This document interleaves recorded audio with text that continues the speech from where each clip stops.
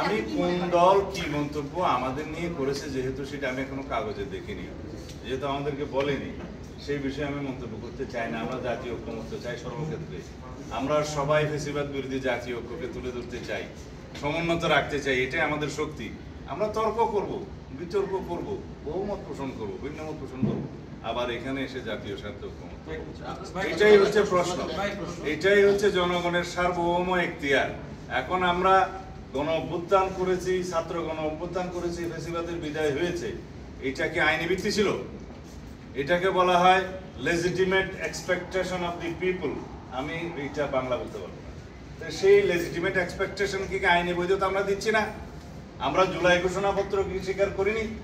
আমরা এই জুলাই ঘোষণাপত্রকে ঘোষণাপত্রের মধ্য দিয়ে সংবিধানের ৪র্থ তফসিল অন্তর্ভুক্ত করব, সেটা অঙ্গীকার করিনি? মৌখিক করেছি, ভাষ্য দিয়েছি, ভাষণ দিয়েছি, লিখিতভাবে দেবো আমরা। সেইগুলো জুলাই ঘোষণাপত্রের কি কোনো আইনি ভিত্তি আছে, কনস্টিটিউশনালিটি আছে? তার ঊর্ধ্বে এটা, যেহেতু জনগণের অভিপ্রায়, সবাই মিলে আমরা প্রতিজ্ঞা করছি যে এই জুলাই ঘোষণাপত্র, ছাত্র গণ অভ্যুত্থান হয়েছে, এই ঘোষণাপত্রের সাংবিধানিক এবং রাষ্ট্রীয় স্বীকৃতি আমরা দেবো। কোথায় দেবো বলেছি? ৪র্থ তফসিলে সেটা আমরা বর্ণিত করব, যেহেতু এটার একটা লিগ্যালিটি থাকতে হবে। সেটা কিসের জন্য? গণ অভ্যুত্থানকে আইন মেনে হয়েছে, গণ অভ্যুত্থানের কোনো লিগ্যালিটি আছে, কনস্টিটিউশনালিটি আছে, বাট সুপ্রিম ডক্ট্রিন হচ্ছে কি?